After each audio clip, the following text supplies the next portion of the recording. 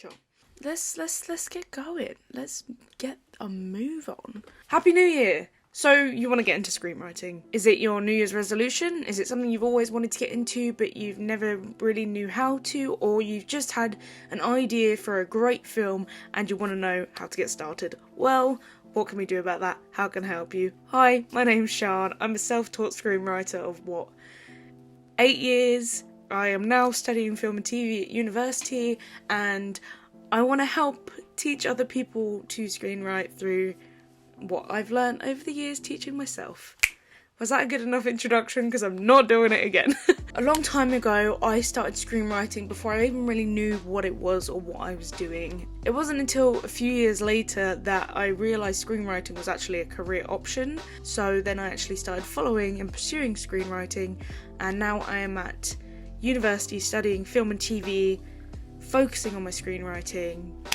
Hopefully one day you will see me at the Oscars winning the best original screenplay, so fingers crossed. As you can tell by the title of this series, it's a self-taught manual for screenwriting. Here's what I've learned in screenwriting from a self-taught beginner to a beginner, you know? Like I said, I've spent the past 8 years teaching myself, scouring the internet for online videos and interviews by successful screenwriters, etc, etc. I've done my research. I'm not saying I'm the best. I haven't got a long CV or IMDb list of screenwriting achievements under my belt, but I've got a pretty good understanding of screenwriting, and I want to help other people. So I thought, 2021, here we go. Here's a screenwriting series for you. So yeah, I do want to put a disclaimer out there. I'm not an industry professional. I've done my own short films. I've written my own screenplays. I want to be very transparent, and I don't want it to come across as me talking down to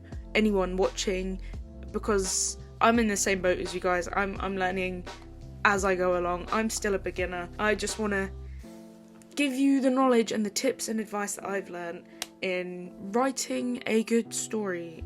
Take of this information what you will and what applies to you, and see what works for you, because everyone's different. There are no right or wrong ways to write a screenplay, so it is just a case of just testing the waters and see what works, basically.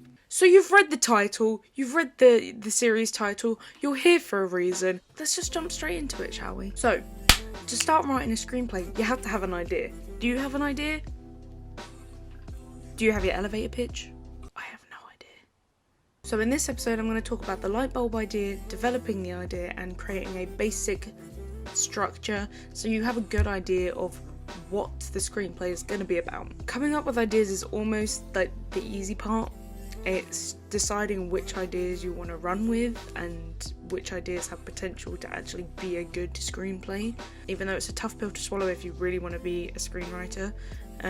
Coming up with ideas should come easy to you if you want to be a storyteller, but the way I come up with ideas, or rather pinpoint good ideas, is I call them like light bulb ideas. And this originated in uni, my first year at uni, where every time I would have an idea, sober or not sober, I would write it on I would write it on a post-it note and stick it on this lamp, this light bulb that I never used. It was always off, and it was literally just any random thought that was like, it could be a film, or just like a hypothesis or a question that I was asking myself, or just an opinion of mine that I would put across in a film. I would write on a post-it note and put on my light bulb, and that was my light bulb ideas. When you say I have an idea for a film, it doesn't need to be a full-blown 30-page spread of your plot structure and all the characters. An idea is the one thing that's like sparks in your head. Asking how do I come up with ideas is a bit of a tricky one. So the one thing I will say is you have to really have discussions with yourself in your head. That's the only way I really come up with things. Just like talk to yourself in your head and you'll be like, whoa, that's like really interesting to think about. That would be a good movie. That's where most of my ideas come from. So after you have your idea, where do you go from there? Now, there's a thing called the 4 pillars of storytelling. It wasn't until uni where I'd actually heard someone discuss it more in detail. But the 4 pillars of storytelling are people, places, purpose, and plot. So when we talk about people, I will have an episode dedicated to characters and character development because it's something I'm very interested in anyway. But people are the characters in your story. It is important to get a good understanding of your protagonist, particularly because they are who are going to tell your story, who are going to drive your story. So to get a good understanding of your protagonist from a very early point is a good idea, though you will find as you are developing your story, the protagonist will kind of change without you wanting them to change, and you just kind of have to let them.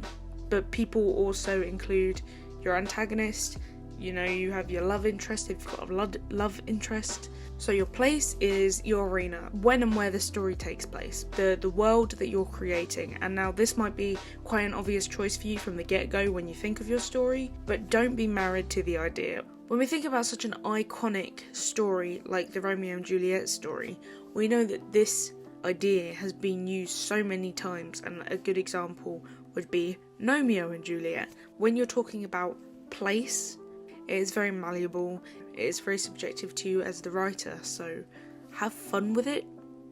Don't be married to the idea that you have from the beginning.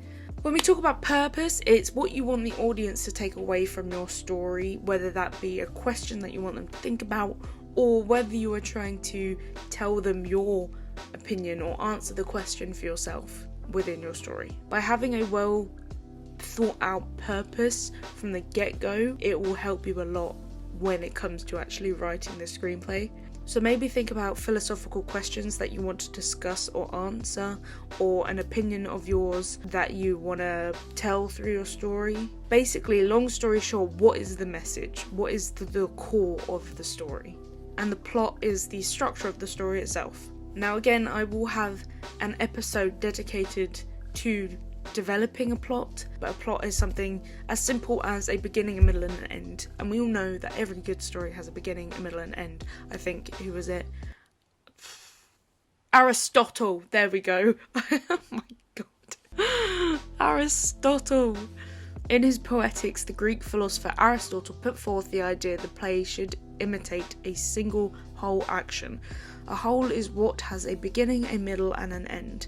He split the play into 2 parts, complication and unravelling.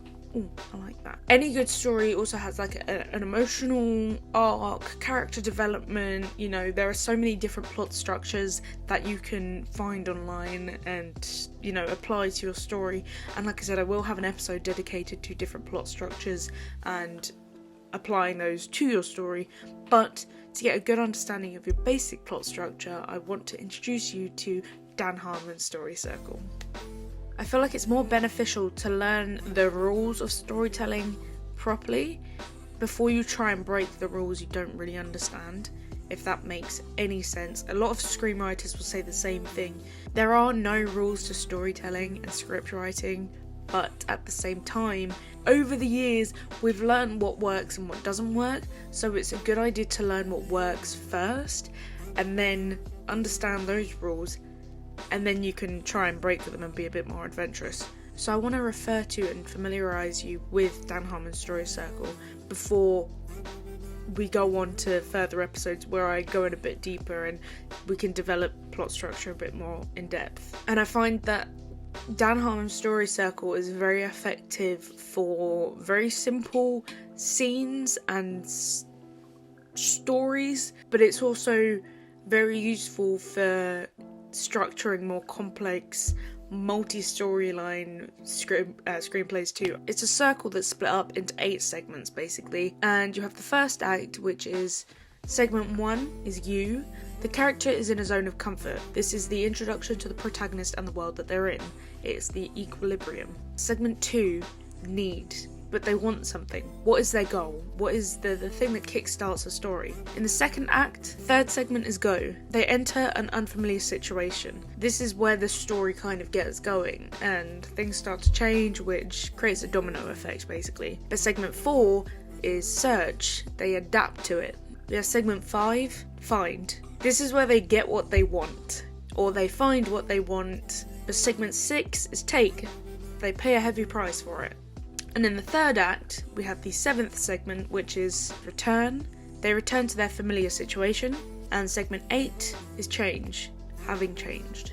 So Dan Harmon's story circle gives us such a basic blueprint structure for storytelling that we know works so well because we've seen it in stories and films and series for years, for decades.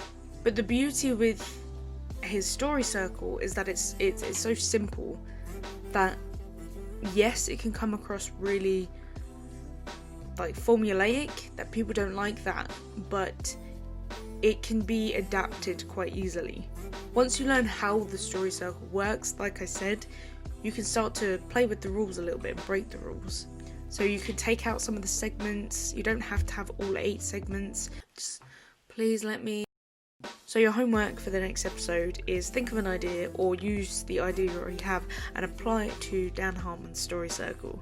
Also, if you are watching any films or TV shows or even video games, think about how Dan Harmon's story circle applies. So yeah, thank you for watching my first episode in this series. I hope you come back for episode 2. I just wanted to keep everything basic in this episode, keeping it straightforward. As we go on, we're going to get more in depth. This is going to be fun.